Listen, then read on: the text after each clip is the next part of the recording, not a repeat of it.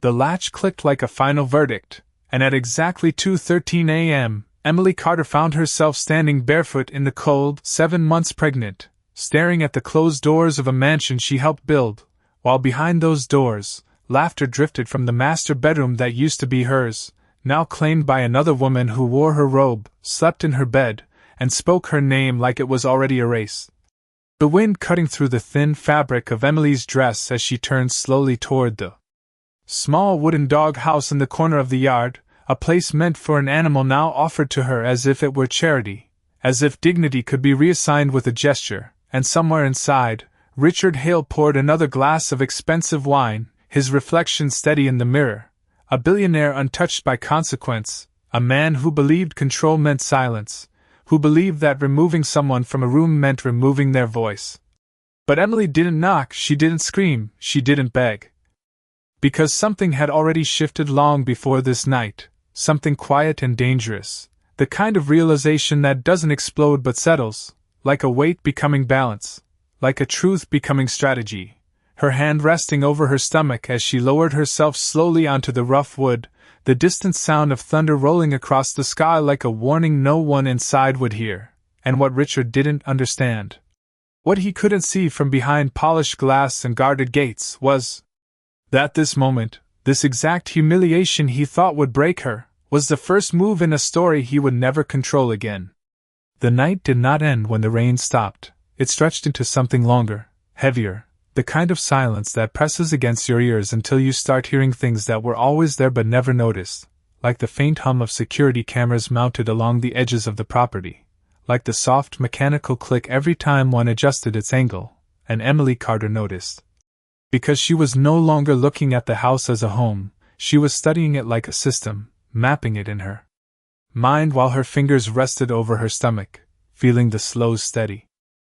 movement of the life inside her as if it were reminding her to stay calm, to stay precise, to survive this moment not with noise but with clarity, because inside the house the lights stayed on far too late, shadows passing behind curtains that used to frame her mornings. And sometime after 3 in the morning the laughter faded, replaced by footsteps, then quiet, and Emily did not move, not when the cold crept into her bones,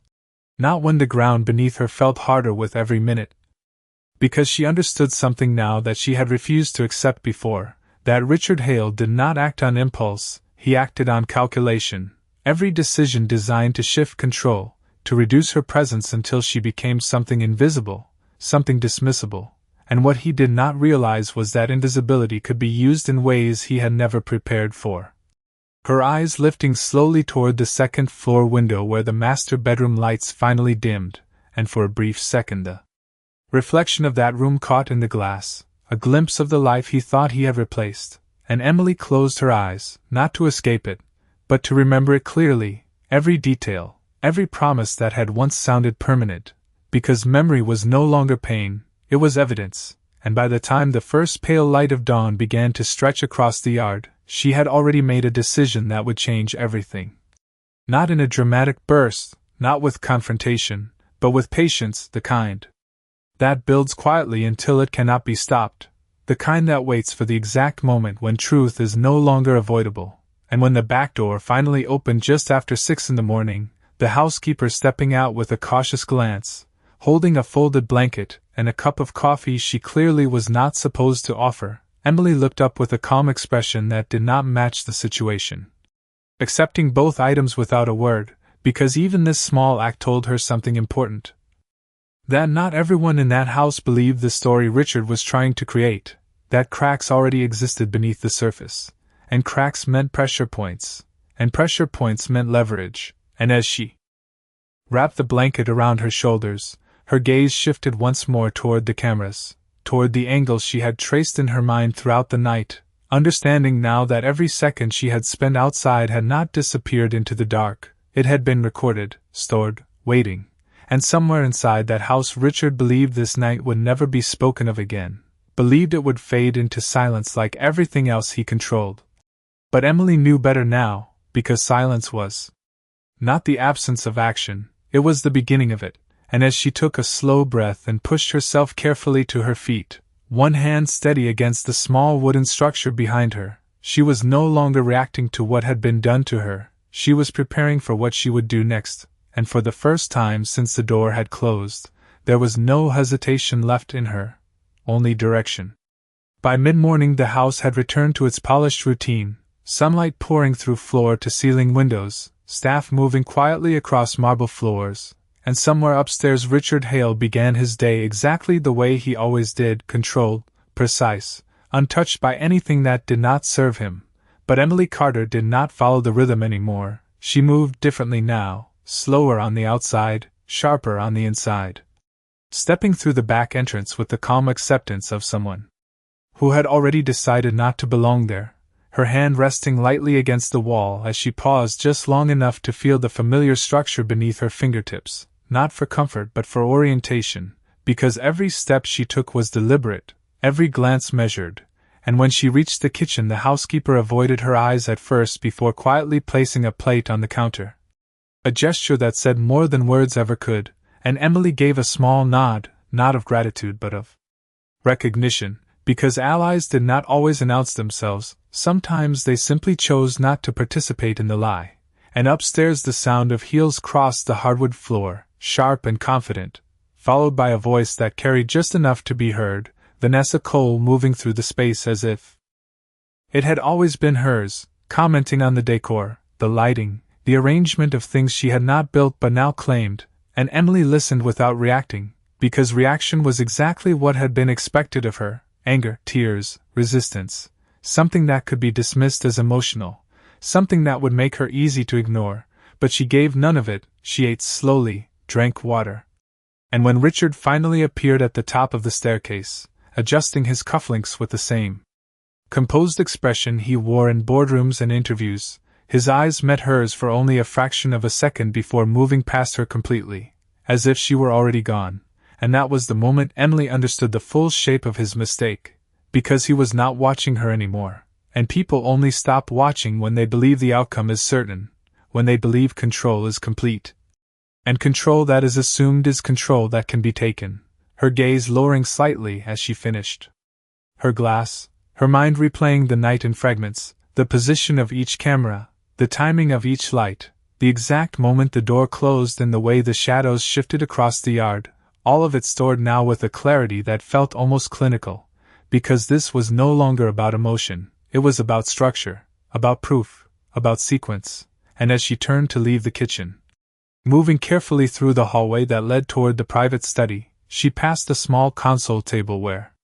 Richard's tablet rested unattended, screen dark but not locked, a detail so small most people would have ignored it. But Emily did not ignore details anymore. She paused just long enough to confirm what she already suspected, that convenience had made him careless, that confidence had made him predictable, and without hesitation she picked it up, her fingers steady as she navigated through files and schedules, her reflection faintly visible in the black glass as she searched not for secrets, but for patterns, for meetings, for dates, for the moment when everything he built would be most visible, most exposed, because timing was not about speed, it was about impact. And when she set the tablet back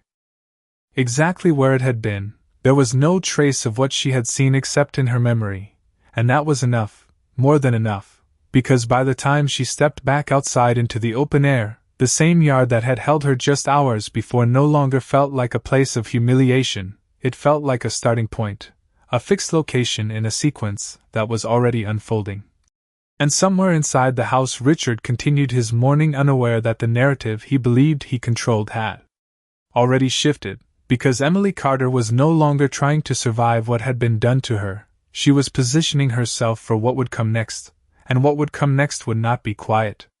By early afternoon the house felt different, not because anything had changed on the surface but because Emily Carter now saw the patterns beneath it, the rhythm of footsteps, the timing of doors opening and closing, the way conversations paused when she entered a room and resumed the moment she left, as if she were already considered part of the past, and that assumption gave her something invaluable: space.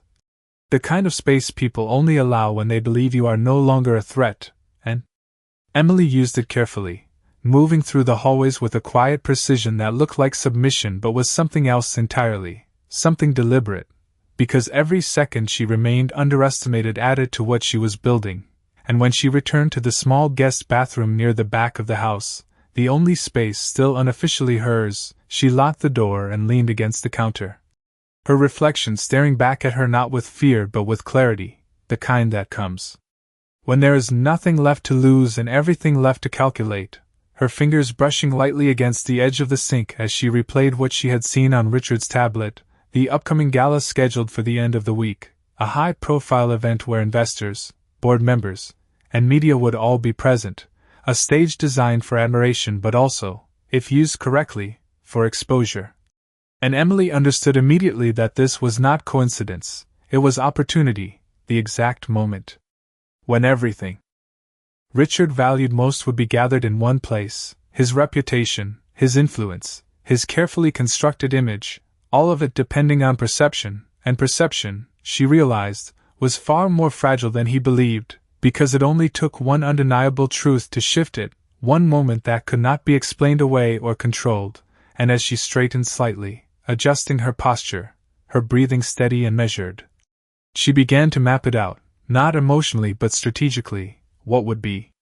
needed, what would be shown, and most importantly, when, because timing would determine everything, too early and it would be dismissed, too late and it would lose impact, but exactly right and it would change the entire narrative in a way that could not be reversed. And outside the bathroom door footsteps passed again, Vanessa's voice carrying faintly as she spoke on the phone, laughing lightly about redecorating the master bedroom,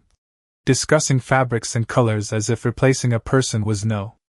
different from replacing furniture, and Emily listened without reacting, because the more Vanessa claimed the space, the more confident she became, and confidence created blind spots, and blind spots created openings, and Emily was already moving toward one, her hand reaching into the small drawer beneath the sink where she had once kept personal items now mostly removed, except for one thing she had left behind intentionally.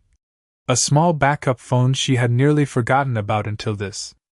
morning, its presence now feeling less like coincidence and more like preparation she had not realized she would need, and when she powered it on the screen flickered to life slowly, outdated but functional, enough for what she required because this was not about convenience, it was about necessity, and as she connected to the house network she had memorized long ago, her fingers steady despite everything that had happened, she began to access what she needed, pulling fragments of footage, timestamps, small pieces that alone meant little but together would form something impossible to ignore, her reflection in the mirror watching her work as if confirming that this was real, that she had crossed the point of waiting and entered the phase of action, and when she finally stepped back, the phone in her hand, the plan no longer abstract but forming clearly in her mind, she allowed herself one slow breath, not of relief but of focus, because there was still more to do, more to prepare, and as she unlocked the bathroom door and stepped back into the hallway, her expression calm, her movements unhurried, no one looked at her twice. No one questioned where she had been or what she had done. And that was exactly what she needed, because the less they saw now, the more they would be forced to see later, and by the time the sun began to lower outside, casting long shadows across the same yard that had marked the beginning of this shift, Emily Carter was no longer inside that house as a victim of what had been done to her, she was inside it as the architect of what was about to happen. And the difference between those two roles was something Richard Hale had never learned to recognize. Until it was far too late. The house grew quieter as evening settled in, the kind of quiet that felt controlled rather than peaceful, as if every sound had been filtered to maintain the illusion of perfection, and Emily Carter moved through it like a shadow that no longer belonged to the light, her steps measured, her breathing steady, her mind focused not on what had already happened but on what needed to happen next, because by now the pieces were no longer scattered. They were aligning, forming a sequence that would lead directly to the moment she had identified earlier that day, the gala, the stage where everything Richard Hale valued would be visible, and visibility, she understood, was power when used correctly, and as she stepped into the dim hallway leading toward the private office wing, she paused briefly, listening, confirming that no one was nearby before continuing forward. Her hand lightly grazing the wall as if grounding herself in the reality of what she was about to do, because this was no longer about gathering information, It was about finalizing leverage, and when she reached the office door she did not hesitate, she opened it quietly, stepping into the space that had always been off limits to her in recent months, a room filled with polished wood, framed accolades, and the silent weight of authority that Richard had built over years, and for a brief second she allowed herself to take it in, not with resentment but with understanding, because this was the environment that had shaped his belief that he was untouchable, that everything within these walls was under his control. But Emily knew something he did not, that control depended entirely on what was hidden remaining hidden, and once that boundary was broken, everything shifted, her gaze moving directly to the central desk where a secondary monitor displayed security feeds in real time, the same cameras she had memorized the night before, their angles now confirming what she already suspected, that every moment had been recorded, stored, preserved in a system he likely never thought to review closely. Because for him it was routine, background, insignificant, but for her it was the foundation of everything, and as she moved closer, her reflection faint in the dark screen, she connected the small phone she had prepared earlier, her fingers moving with a calm precision that came from clarity rather than urgency, transferring segments, isolating key moments, building a timeline that could not be questioned or dismissed, because it was not based on interpretation, it was based on fact, and fact, when presented correctly, did not need explanation, it demanded acknowledgement. And outside the office door footsteps passed again, voices low and distant, Vanessa's tone light and dismissive as she spoke about upcoming plans, unaware of the exact moment unfolding just feet away from her, unaware that the narrative she believed she had stepped into was already being rewritten without her knowledge. And Emily did not rush, she did not panic. Because rushing would create mistakes and mistakes would weaken what she was building, and she understood now that precision was her greatest advantage, the ability to move without drawing attention, to act without triggering suspicion, and when the transfer completed she disconnected the device, restoring everything exactly as she had found it, leaving no visible trace behind except the absence of what she now carried with her. And as she turned to leave the office, her eyes briefly scanning the room one last time, she felt no attachment to it, no desire to reclaim anything within it, because what she was after was not space or status, it was truth placed in the right moment, and that moment was approaching faster than anyone inside that house realized. And by the time she stepped back into the hallway, the sounds of evening settling around her once more, Emily Carter was no longer preparing in uncertainty. She was executing with intention, and somewhere upstairs Richard Hale continued his routine, unaware that the very system he trusted to protect his world had just become the instrument that would expose it, and when the night returned and the house dimmed once again, it would not be the same night as before. Because this time Emily was not waiting in the dark, she was carrying the light that would reveal everything, and, once revealed, nothing he built would remain the same. The second night did not come with rain. It came with something quieter, something more dangerous, the kind of stillness that settles before a shift no one inside the house is prepared for, and Emily Carter stood once again at the edge of the yard, but this time she did not feel small, she did not feel displaced, because she understood now that location did not define power, timing did. And as the lights inside the mansion flickered on one by one, she watched them not as a woman shut out, but as someone measuring distance, calculating moments, tracing the rhythm she had already learned, and inside, Richard Hale moved through his evening routine with the same confidence he carried into every room, his presence steady, his voice controlled, speaking about the upcoming gala with Vanessa Cole as if it were simply another victory, another stage to reinforce his image, and Vanessa listened with interest. Already planning appearances, already imagining the attention, unaware that the very event she was anticipating would become something entirely different, something neither of them had accounted for, and Emily allowed herself a slow breath as she stepped back inside through the same entrance she had used earlier, her movements unremarkable, her presence still overlooked, and that was exactly what she needed, because invisibility had become her advantage, the space in which she could move without interruption, and as she passed through the hallway, she caught a brief reflection of herself in the glass of a framed photograph, her expression calm, composed.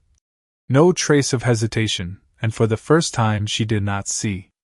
someone enduring a situation, she saw someone directing it, someone who had already stepped beyond reaction and into control. And upstairs the sound of conversation grew louder, Richard discussing guest lists, investors, timing, every detail of the gala mapped out with precision, because for him it was about presentation, about maintaining the image that had carried him this far. But Emily knew something he did not. That presentation without truth was fragile, that it only took one moment to fracture it completely. And that moment was already approaching, and as she moved toward the small room she had claimed earlier, she closed the door softly behind her and placed the phone on the counter, the screen lighting up with the footage she had collected, each clip a piece of a larger narrative, each second reinforcing what could no longer be denied, and she watched it not with emotion but with focus, confirming angles, confirming clarity, ensuring that what she would reveal could not be questioned, because doubt was the only defense someone like Richard would rely on, and she intended to remove that entirely. And when the final clip ended, she reached for the second piece of what she had prepared, a document she had accessed earlier that day, something far less visible but equally powerful, the confirmation of shares held in a trust established years ago, long before everything had changed. A quiet safeguard that Richard had overlooked because it did not fit into the narrative. He believed, and Emily understood now, that power was not always loud, sometimes it existed in silence, waiting for the exact moment it would be needed, and this was that moment. And as she combined both elements in her mind, the evidence and the authority, she saw clearly how the sequence would unfold, not chaotic, not emotional, but precise, controlled, undeniable. And outside her door the house continued as if nothing had shifted, footsteps, voices, the faint sound of music drifting down from the upper floor, but inside that room everything had already changed. Because Emily Carter was no longer preparing for what might happen, she was preparing for what she would make happen, and as the night deepened and the house gradually settled into quiet once more, she turned off the screen and stood in the dim light, her hand resting gently against her stomach, grounding herself not in fear but in purpose, because what came next was not just about reclaiming something that had been taken, it was about redefining the entire story in a way no one inside that house could ignore. And when the morning came, it would not simply be another day leading to the gala, it would be the beginning of the moment where everything hidden would finally be seen, and when that moment arrived, there would be no way to close the door again. The morning of the gala arrived with a deceptive calm, sunlight stretching across the estate as if nothing beneath it had shifted, and Emily Carter moved through the house with the same quiet presence she had perfected over the past days, her steps light, her expression unreadable. But beneath that stillness every detail was aligned, every piece already in place, and upstairs Richard Hale stood before a mirror adjusting his tie. His reflection flawless, composed, the image of control he had spent years constructing, while Vanessa Cole moved behind him with effortless confidence, selecting jewelry, discussing the evening as if it were already secured, already theirs, and neither of them noticed the absence of tension where they expected it. Because they were not looking for it, they were not looking for Emily at all, and that absence, that complete dismissal, had become the foundation of everything that was about to unfold. And as Emily stepped outside briefly, the cool air brushing against her skin, she paused near the edge of the yard, her gaze settling on the small wooden structure that had marked the beginning of this shift, not with anger but with clarity, because it was no longer a place of humiliation, it was a reference point, the first frame in a sequence that would soon be impossible to ignore. And when she turned back toward the house, her pace steady, her hand resting lightly against her stomach, she was not returning as someone seeking entry. She was stepping forward as someone who had already moved beyond it, and inside the final preparations continued, staff moving quickly, cars being arranged, schedules confirmed, the entire system functioning exactly as designed, unaware that it was about to be tested in a way it had never been before, and Emily moved through it one last time, passing through rooms filled with polished surfaces and controlled conversations, her presence still unchallenged, still unnoticed, until she reached the entrance where the vehicles waited, and for a brief moment she stopped, not out of hesitation but out of precision, aligning herself with the exact timing she had calculated, because everything now depended on sequence, on arrival, on when and how the truth would be introduced, and when she stepped forward and entered the vehicle assigned to transport guests, no one questioned it, no one stopped her, because in their minds she had already been removed from relevance. And that was the final confirmation she needed, and as the car pulled away from the estate, the distance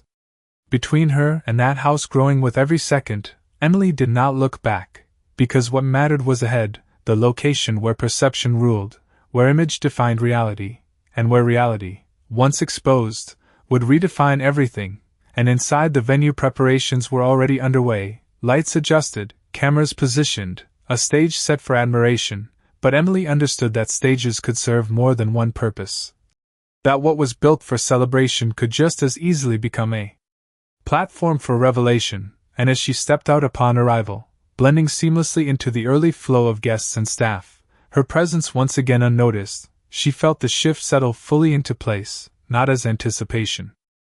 but as certainty, because every element was now aligned, the evidence secured, the timing set, the environment prepared, and somewhere behind her Richard Hale would arrive soon, confident, composed, expecting control, expecting admiration, expecting the narrative to continue exactly as he had designed it. But Emily Carter had already rewritten that narrative, quietly, precisely, step by step.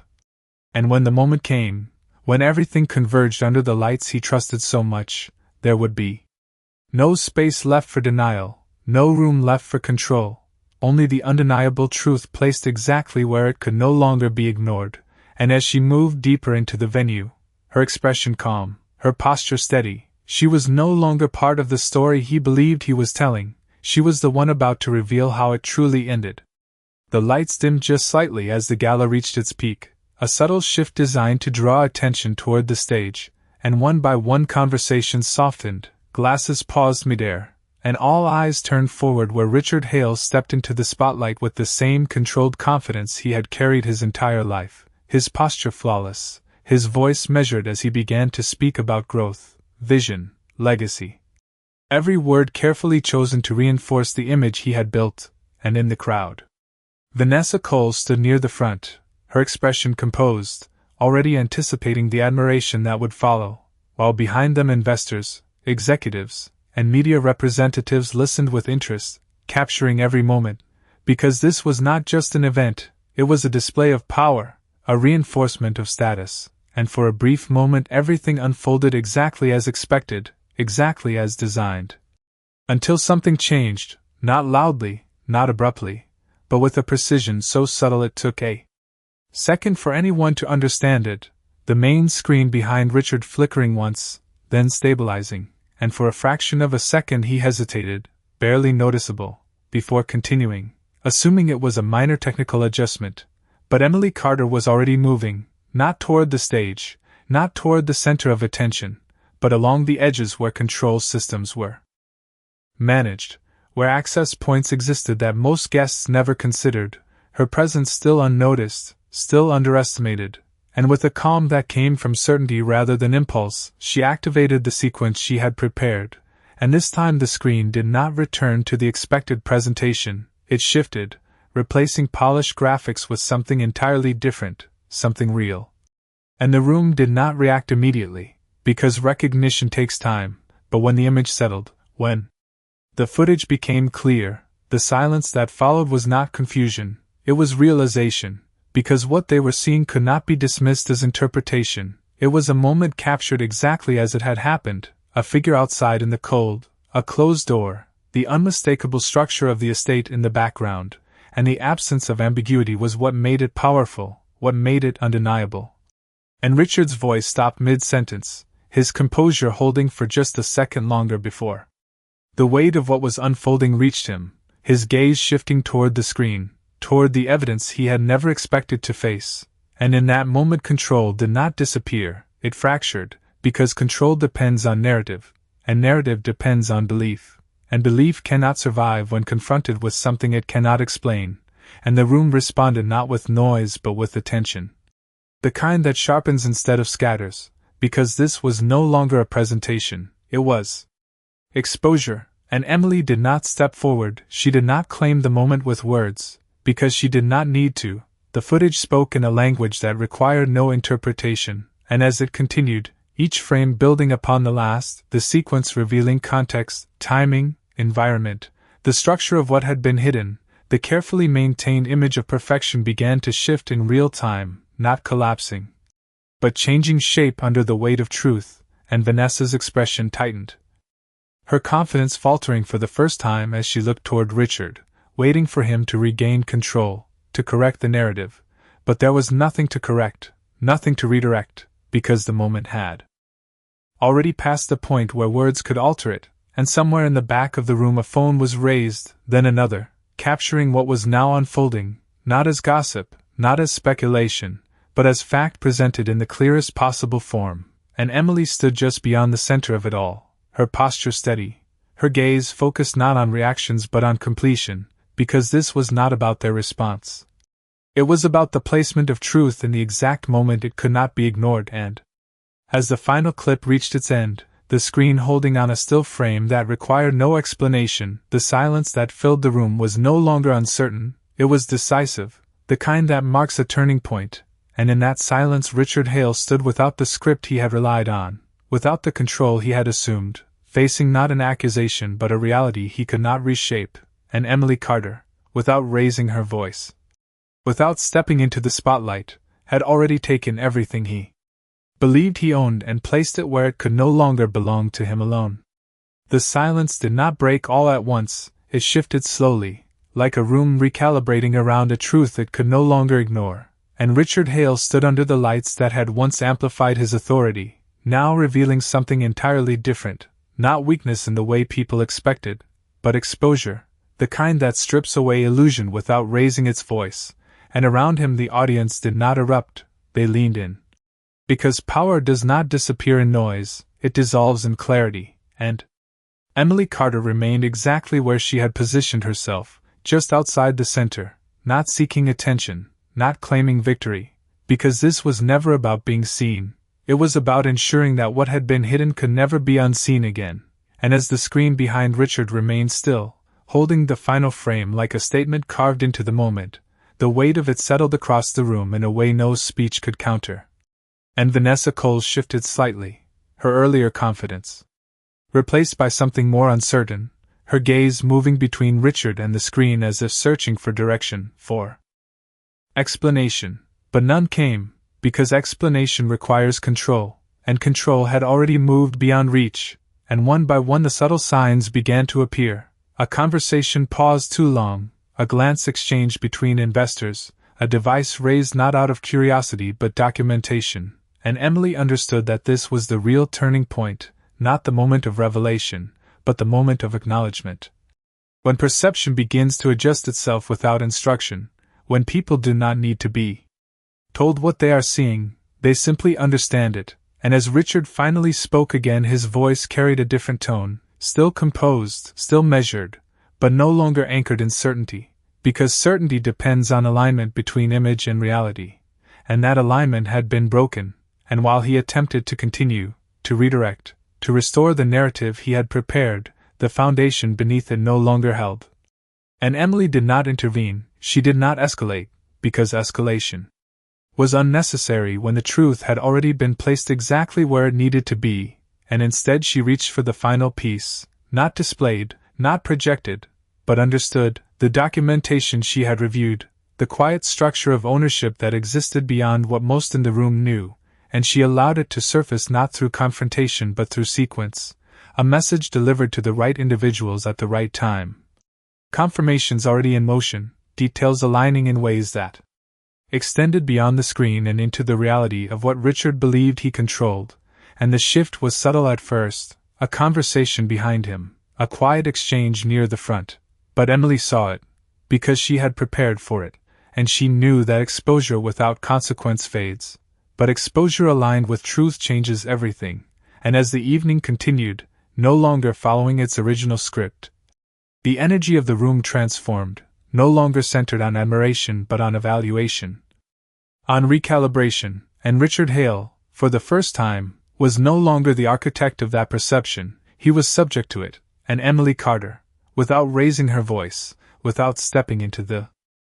spotlight, had already completed what she set out to do, not reclaim a room, not reclaim a title, but reclaimed the narrative itself, and as she turned slightly, her gaze moving once more across the space, she did not linger, she did not wait for resolution, because resolution had already begun, quietly, inevitably, and as she moved toward the exit, blending once again into the flow of movement, her presence still calm,